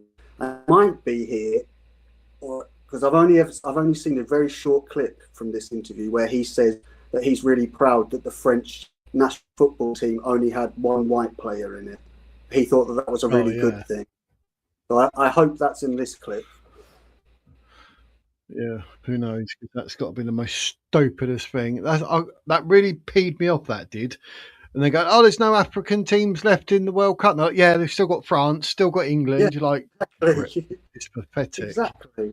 I mean, how can you take pride in the fact that you will literally see a country's demographic being replaced, which is exactly the sort of thing that you profess to despise in your ridiculous mindset.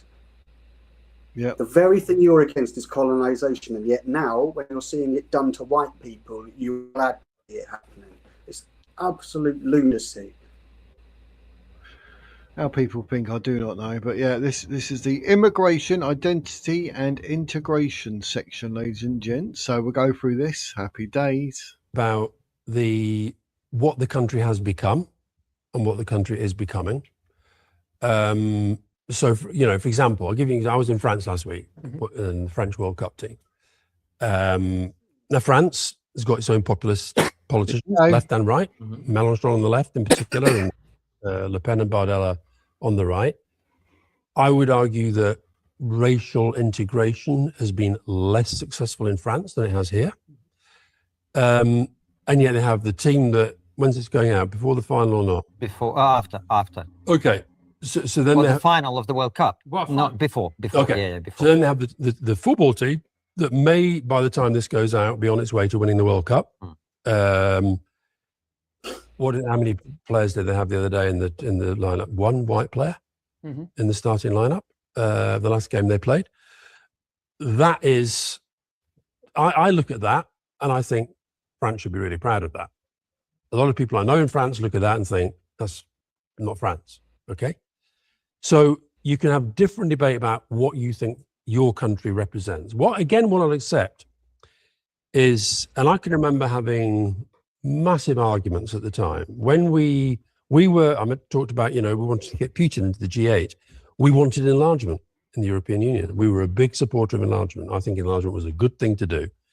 Now, unintended consequences. I can remember having huge fights in briefings that I did. I can remember one in particular almost came to blows because we were relying, as you do in government, on an assessment of how many our experts and they're clever people and they study data and all that sort of stuff. And they were suggesting that, I can't remember what the numbers were, but X number of polls, X number of this, X number of that would come to work in Britain. Massively underestimated. They said 13,000 and then 1 million came. Well, is that right? Yes. I might have seen. They said that if you, so what happened was, just for people who don't remember, the UK and Ireland, I think, were the only two countries in the EU at the time that didn't introduce transitional controls. Yeah. And the advice was 13,000 people a year would come and 1 million came. You 1 million polls? 1 million people from the the countries that joined at the time. Well, look, I can't remember. We can fact check it, but it was that order of difference. Yeah, but I'm talking about the advice that we were getting. Right. Okay. Really interesting for a couple of reasons, but the thing that was said there is, he decided, as did Ireland, not to put any control on how many migrants would be coming in. And so thought there'd be 13,000, and there was 1 million. It's not the first time that this has happened. This is exactly what happened in the 50s and 60s, where the Windrush were allowed in. That was only about 500 people. When then they said anyone who's of the Commonwealth can have British citizenship. Again, expecting low numbers, but they got far more than they thought were coming in. So for him to think that it's not going to happen again and to have the barefaced cheek to lie about it like that is absolutely ridiculous. And that's the clip that I mentioned that I'd seen where he said that about the French national team. Absolutely appalling. How can you be proud the representation of your country where there's literally only one person who represents the cultural and ancestral ethnicity of that country? I mean, at what point does that team stop being the French national team? No. I mean, we've got players in our team, obviously, like Bukayo Saka, who obviously is not English, but we don't have a full team of it. We also happen to have players like Jude Bellingham, who is half West Indian and half English. But you don't tend to see that so much in the French team. They tend to be African nationals. And also, I was really shocked by the German team. And I think that just looking at those European World Cup teams really is summarising a lot of the things that he's saying here about the beginning of this sort of mass migration. It obviously was done deliberately to disrupt the European hold on things. Now, I could say why that is, and as I've said before, it's not one single body that's at the centre of it controlling everything. It's a number of different things coming together at the same time that create the effects that we have. Well, like, it's going to sound ridiculous, but it's an idea. Like when it comes to, say, especially football World Cup, but anything where it involves you doing whatever for said country, like even the Commonwealth Games, it's like Great Britain, isn't it? Yeah. Play for England, you might want to play for Jamaica Football Club, whoever, but I wonder if they could like bring a thing in where they could literally do the DNA test and you have to be at least 50% or more of said whatever country to then represent that country. Because if you're 50-50, which is it's not going to happen, but if you're exactly 50-50, then yes, you've got a choice. Play for Ireland or play for England, like Declan Rice. Yeah. Do you know what I mean? But if you're 51% and 49, happy days, it's sorted. But surely if they said, right, yeah, you're 50% this, 10% this, 10% that, blah, blah, blah, well, you are only 50% that. So that's who you can play for. And that shows your chicken. Well, I have an idea that would solve this problem. It's very simple because they've done it before. And you'll probably remember it when you were younger. The 3 foreigners rule. Why can't they just bring that in to international team, which sounds like an oxymoron? You shouldn't have to have a ruling on foreigners being in national teams. But unfortunately, that's how ridiculous it is. Because what a lot of teams are doing, I think, is a bit like the sort of university student scam. What they're doing is they take footballers in on scholarships. Once they've lived here for a few years, then they qualify as being able to play for whichever British team they want to do. And I think that we need to limit that. And we need to make sure that we have a specific quota of homegrown players where you have to have a grandparent or 2 grandparents who were born and bred in England, Scotland, Wales, Northern Ireland. Otherwise, you don't represent. That, to me, would be fair. Because that would allow for us, for example, to play the likes of Bukayo Saka or Madueke, who obviously are not British. Yeah. And it would stop teams like France from just assembling the best African players in the world and have them say they're French. And we don't see it in all the countries. You don't only didn't see it with the Spanish team. Yeah. Or Poland. You didn't see it with them, but you did see it with Switzerland. And that isn't, by the way, I'm not saying that there shouldn't be black players playing for England, because it's something that we've always had ever since the late 70s. I think Viv Anderson, was the first one. We all remember as kids John Barnes. John Barnes, yeah. Sol Campbell. John Fashanu. Yeah. He did play for England, not very often, but yeah, he did. So it's not an unusual thing for there to be a black player or two in the English national team, because obviously we don't have a British. Ian Wright. Yeah, Ian Wright, another one. I there you go. But the point being, football is just the example that we're using. It could be anything else. Seeing exactly the same replacement happening. And what we need to make sure is that our judiciary has been and politics has been corrupted by this left-wing globalist agenda. What we need to make sure is that we prevent other things from getting involved in it as well, such as Islam, which is getting footholds in our political system.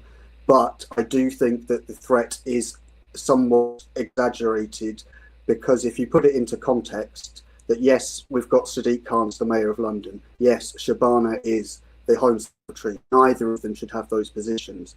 But if you actually count up how many Muslim politicians there are compared with how many aren't Muslim, there's absolutely bugger all of them. There's not enough for them to make a difference at Parliament level at the moment. And we need to make sure that happens, and not have the like of Alastair Campbell, who would be proud to see the front bench made up of people who come from Palestine. Yeah. That's when the country. But you laugh though. But the Green Party would love that. Yeah, I bet they would and all. That'd be shocking. It is shocking. They shouldn't have any. I don't think that any Muslim should have a position of political or public office. And the reason for that is because the values that they have do not align with the British values. Yeah, I don't even think if you're Muslim, I know Jed Spence plays for Tottenham and England, but if you're Muslim, you shouldn't be playing for your country either. You can't have some sort of belief like that where you're praying to that dead paedophile in Medina and think, I'll represent England. Like, no, you follow Islam. You could not be any more wrong if you tried. No, or Spain, with Yamal. And you've got one of the most Catholic countries in the world, and yet he's a Muslim. Yeah. They should say, like, you turn to Christianity or something, or atheism, agnostic, whatever, but you cannot be a follower of Islam, because that's just wrong. It's just the environment for them. Nothing about this country is set up to accommodate that way of thinking. That way of thinking works in countries of which there are over 50, where it tends to be hot, desert-like, and a shithole. And that's where they belong. They don't belong here. You've got a completely different mindset. And it's okay. You can have one or two come in, but once they start bringing everyone in, they thrive on numbers, because they think like a everything they're taught, the indoctrination, everything, they will never change. That's the problem. They will never change. Like, they want Jews and Christians wiped out. Do you know what I mean? Or non-believers, any of them. But that's what they're taught. The Quran, the Hadiths, and that's what they're taught in schools, and like Farfall the Mouse saying, "Oh yes, I want to go and kill some Jews." That's not true. What are you talking about? They never change. What do you mean? It's the religion of peace, isn't it? Yes, it's a religion of peace of understanding. I heard the King say it and William, so I must be incorrect. No, I don't think it says anything in their book about killing Jews and Christians. No. Which is the problem. That's the problem we have. Where's East? I need East. I need to pray. Yeah, but they don't.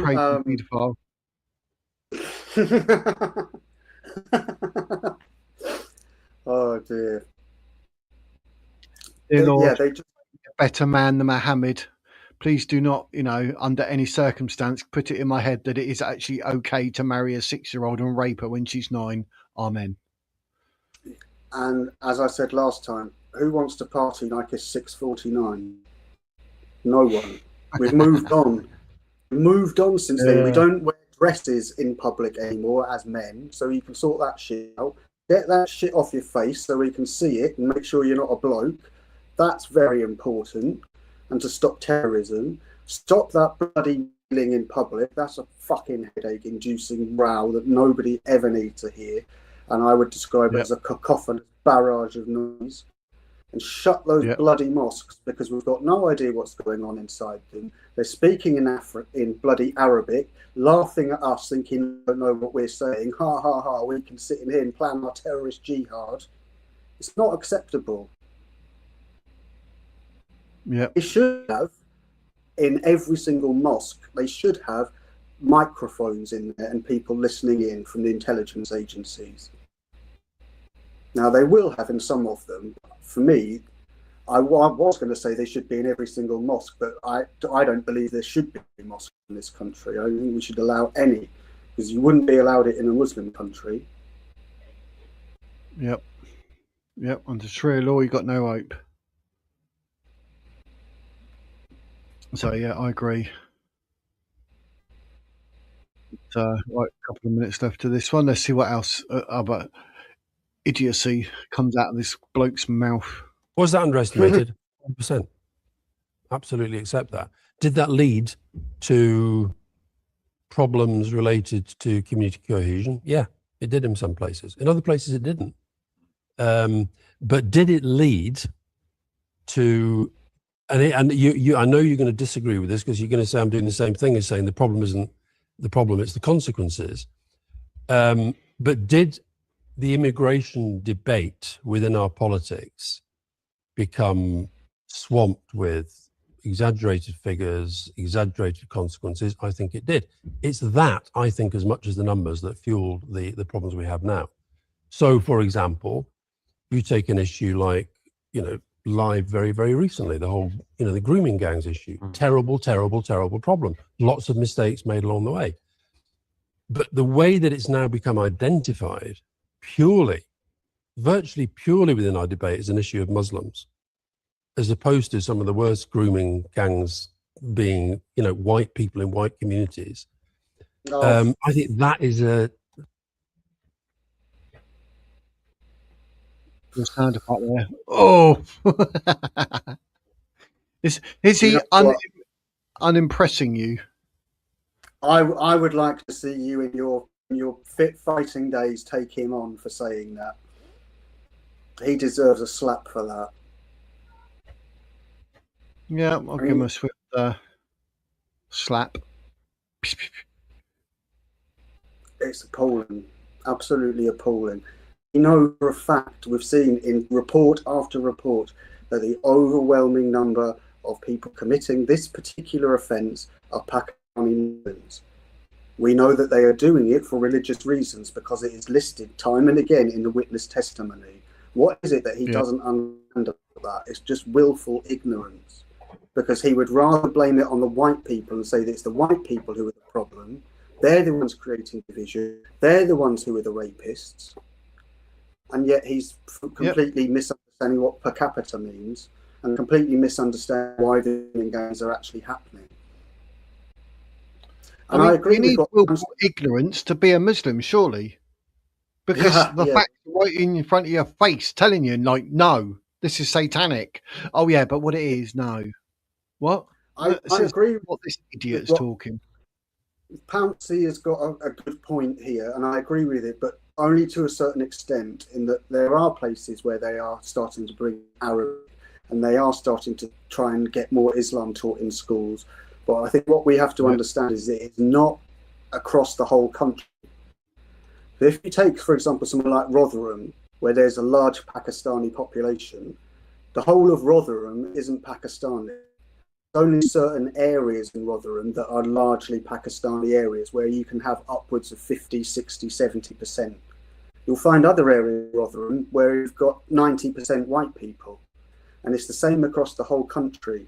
And you're only finding the Arabic being put onto signs in places where you've got a high population of mostly Pakistani or Bangladeshi Muslims. So I know that Pouncey is right that not yet, but it soon will be. But I don't think that that's going to happen across the whole country. I don't see, for example, how in Suffolk, where there's only 1.2% of Muslims, how they're suddenly going to be able to take over in Suffolk. That is not going to happen. There's just not enough people to do it. But somewhere like Birmingham, they could take control of particular areas and turn them into enclaves that might then decide, actually, let's make ourselves autonomous. Let's declare ourselves a republic. And then they might want to have that. That's the problem we're going to face. So I don't think it'll be the whole country. I think it'll be pockets within the country. And you'll have places like Devon and Cornwall will have less immigration than somewhere like, well, Wales is obviously very different where Pouncey is, because they've got a different government there. So that they're doing things there will be different to how things are being done here. But I wouldn't be at all surprised to see more of these migrants being put into the small villages at all. No, that wouldn't surprise me. But I don't think there's going to be enough for them to take over everywhere. But I don't think they should be coming at all. Oh, Patrick's here. Yep. Hello, Patrick. I'll have to see you down at the club later on, sir. Patrick. We call him Robin, don't we? No, I'm Patrick the milkman. Oh, that Patrick. Oh, the other Pat. Yeah, Pat the milkman. Yeah. We've got Postman Pat. Now we've got Milkman Pat. Milkman Pat. Milkman Pat stopped and had a big chat.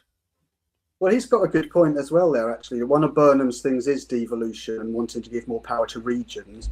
And that does open up the possibility that these Islamic enclaves could come out of that. Now, no, he's not Robin, no. Now, personally, I wouldn't mind if Suffolk had autonomy over Suffolk, and then I'd build a fucking great wall around it and not let anyone else in. Yeah. Alan, I tell you, we don't see much. Phil's not been around. Oh, he said he's got a phone issue. Yeah. He's got them and he's got to wait and get a new phone or something. Yeah, I've not seen Phil for a while. Or Foxy, although he was about last week. I'll have to message him on WhatsApp. And Helen has been around as well. She's come back. But we ain't got far to go. A couple of minutes and this little section is done. That is the problem. And of course, it's very, very hard. You know, well, who's the worst grooming gang? You know, I want to have a debate where we can actually say these are real problems. Once you've got a politics that's been defined through a certain prism, and the prism at the moment, because of our media, because of people like Farage and so forth, it's defined in a certain way. I think that's what I mean about the problem becomes worse. But it's actually something different that I disagree with you on there. My reading of it, and we've covered the grooming gangs issue from 2019, because when we first discovered what was going on, I was horrified. And I remember writing, I think it was to Sarah Champion, inviting her on the show. And she had so much hate and for even raising this issue. She said, I just don't want to talk about it anymore because I get that. And so the reason that people are talking about it with the level of anger and resentment is not just what happened. It's also the fact that actually when people tried to have a very reasonable debate, they were suppressed. That's what happened. They were suppressed. Right. That's going into grooming gangs and free speech. So that's as far as we're going to go, ladies and gents. Yeah. I was just going to say then, do you remember when you first heard about grooming gangs? Yes. Because I remember when I first heard about it, but I didn't make the connection that that it was a grooming gang at that particular time. So we often used to get at my first school emails that would say, watch out, there's someone in the car or there's someone in the playground, tell the kids to make sure they're in pairs, all this sort of stuff. And they quite often used to send emails telling them to tell the kids to stay away from McDonald's on Chatham High Street because of Asian men. And of course, nobody knew about grooming gangs at that time. This would be about 20 years ago. It was something that wasn't in the public domain, so to speak. But now I look back, that is exactly what they were trying to warn of, that there were grooming gangs happening. They don't let the girls go in. So it's happening everywhere. Yep, it definitely is. Yeah. Where it first come out, I didn't even twig and sort of put it to the Islamic ideology to start with either. It wasn't till I heard it a few times, and then I was like, "Oh, hang on, what's going on here?" And I thought, "Oh yeah," because I'd learned a bit, and I thought, "Let me have a look." And I've looked up other stuff, and I thought, "Oh my, that is their ideology." And they are proud of doing said certain acts to European ladies. And it is seen as honourable, and they do phone their mum, and their mum congratulates them, and the mum is proud of their son or even their husband for doing said act. And I was like, wow, mind blown. I just did not know that. And obviously, I didn't like Islam at the time anyway, but even more so after that. I'm like, this is ridiculous. And then when I started saying stuff, especially on X, well, that ended up getting me banned. And I was like, wow, I was literally telling people what I've learnt, and X has banned my account because Muslims will obviously mass report it. I thought, wow, that was eye opening. And that, just reading Pouncey's message here is exactly what I don't want to happen.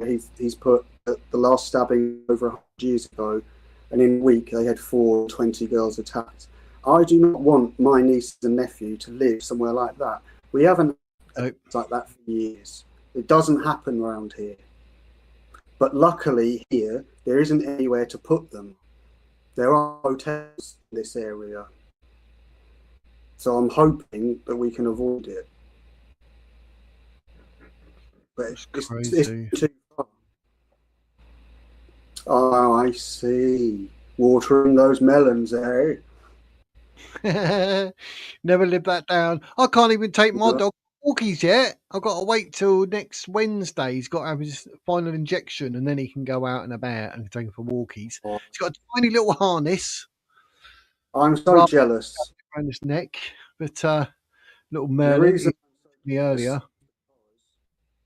I'll show you if you'll bear with me a sec. Because I'm very jealous because, as I said last year, I lost my little dog. She was only little. Oh. And yes. So yeah, that was my little doggy. She only got up to 11 and a half, and her breathing was really bad. 11 human. She was 11 and a half human years. Yeah. Yeah, that's bloody good. Is it? Yeah. But little dogs last longer though, don't they? But it was horrible. Little Merlin, the toy breed, they say 10 to 15 years. Yeah, she was a toy. She was a cross between a miniature Yorkshire Terrier and a Norfolk Terrier.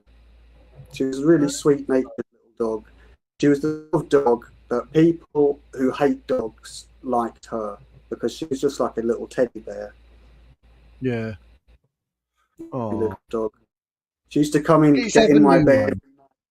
She used to sleep right here in my arm every single night. Oh. Oh, I'm hoping to get one in the future. I really do miss her being around. Yeah, I mean, I'm not saying this for whatever, but in reality, real life here, Merlin's my only friend. That's why I got him. That's what I mean. That's what I mean. She was the best friend I've ever had. She really was. So it's difficult. Yes. Yeah, it is. I mean, I've never sort of really clicked with people like that and everything. I'm like, wow, it's a dog or it's a cat. Now I've got one, totally different. Yeah. You literally, you think, my word, it is. It's like losing like your best buddy ever, or a son or a daughter, a partner. Like the bonds you have, it's crazy. It is like that, and it was really difficult when I split with my missus, because we had to decide who was going to have what animals. Very difficult to decide, do I want to have my really nice cat, Major Tom, or do I take the dog? And I took the dog. I knew she wouldn't be able to look after it, and it wouldn't be fair on the dog.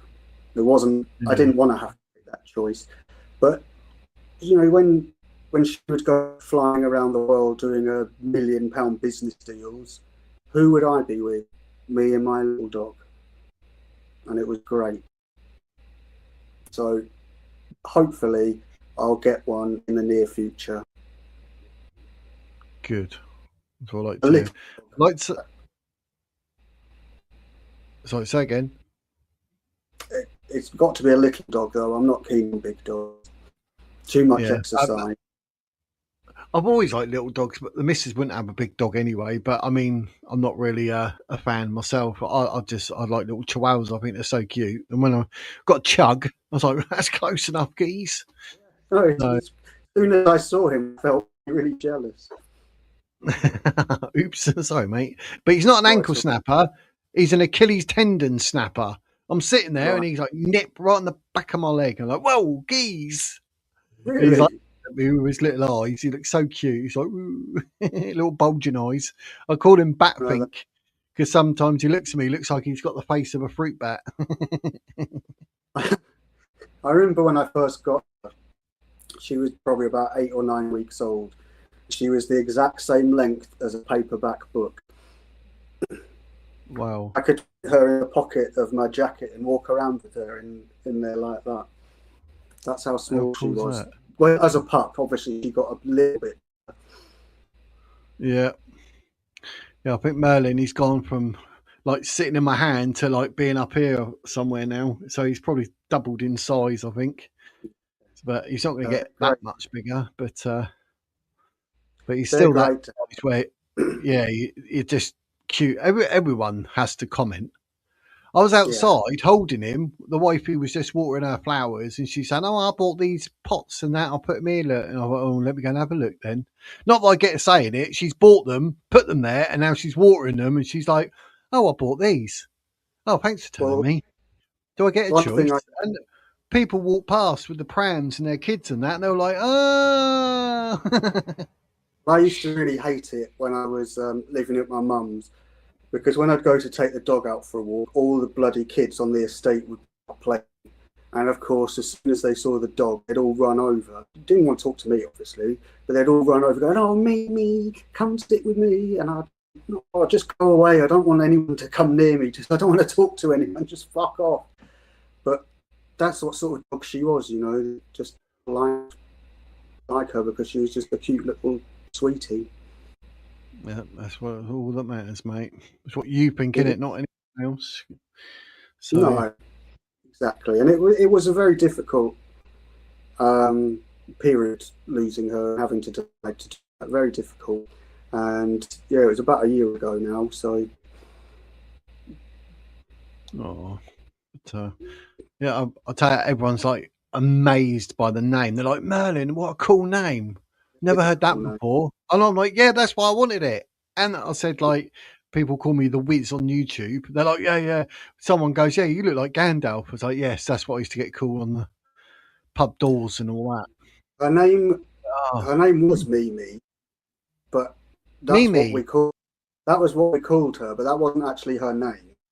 Her name was Artemisia, which was she was a Greek warrior. She was badass. She helped the Greek Navy smash Persians. So I thought a pretty cool name for a warrior dog called Mimi, who's really tiny. But cool. Yeah, she was a sweetie. That's cool. And then Gotham City. Cousin's name is Merlin. Hey, I'll tell you who does have a Pouncy. You'll never guess it, though. but he does have a cool name. There is a clue in his avatar. Yeah, he said that before, didn't he? I won't say what it Right. is though, in case he doesn't mention it. What is that avatar? Is that a raven or a crow? Yeah, that's the one. Raven. Yeah. That's a cool name. Yeah, one of my nieces, who I never get to see, obviously, because of whatever. That's the adopted side of my family.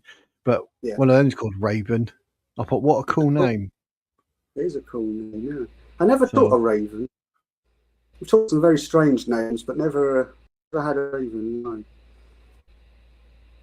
Ripley, as in Alien. Nice. Yeah, it is, isn't it? That's cool.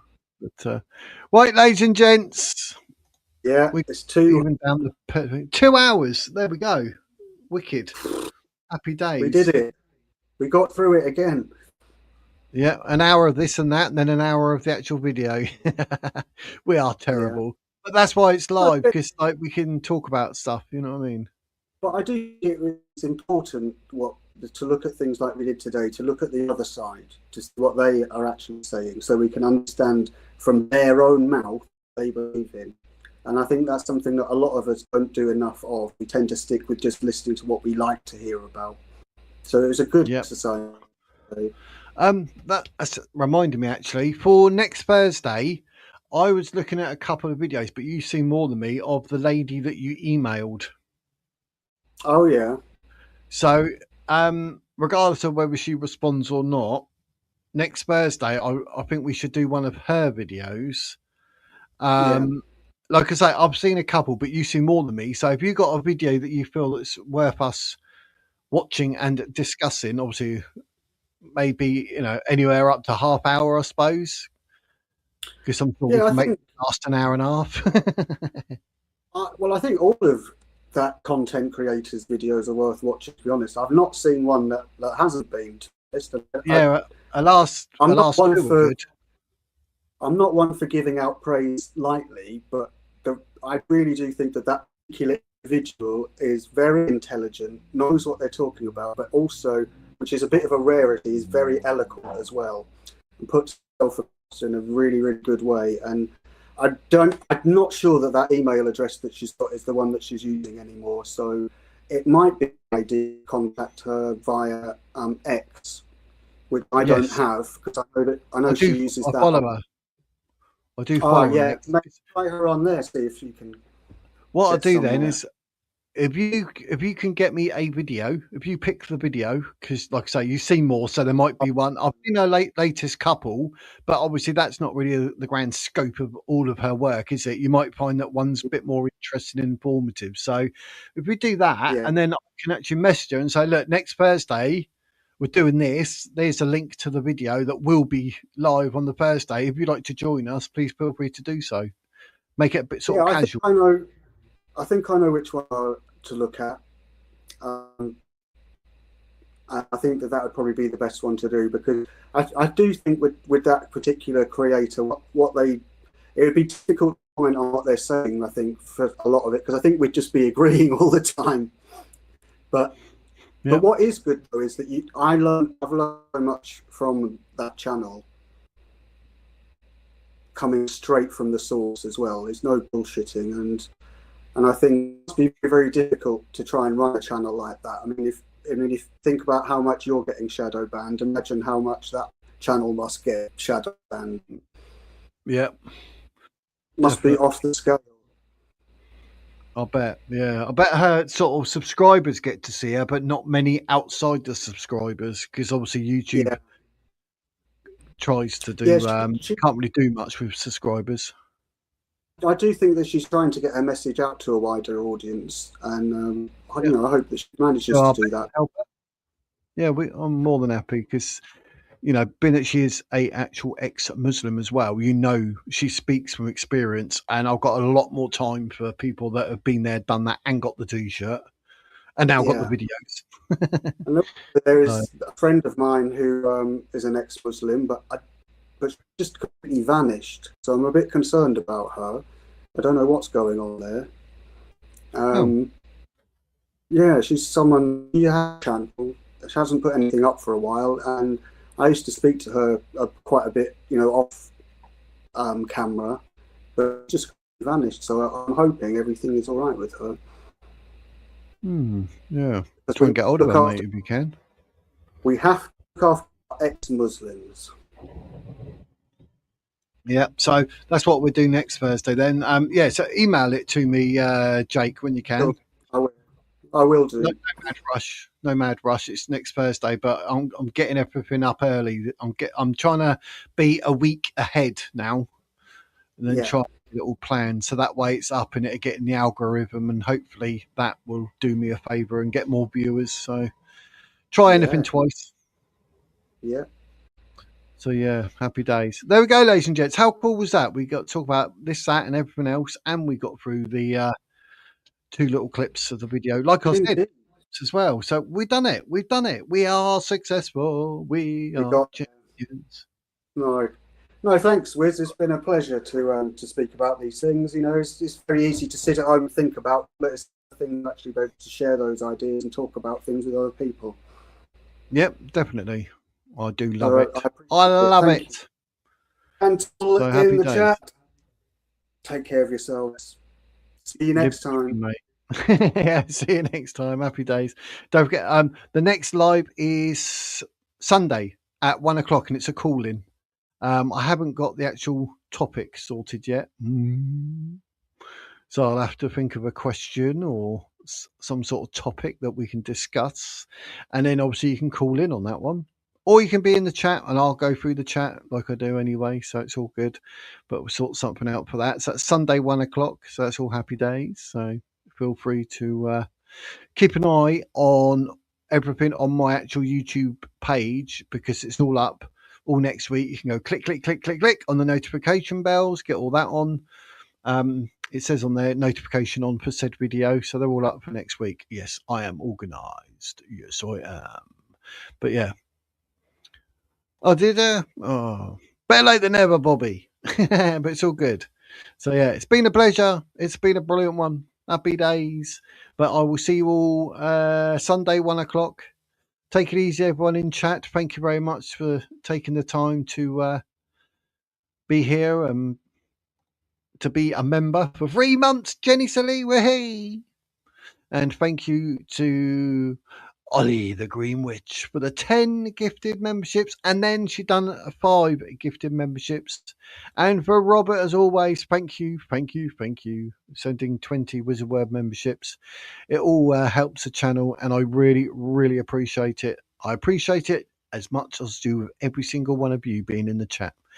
It's a good community, and I'm proud of it, and I love you all. Thank you very much. But I will see you on Sunday, 1 p.m. Don't be late. Otherwise, I'll turn you into a toad. But for now, ladies and gentlemen, thank you very much. And that is the Wizard's words.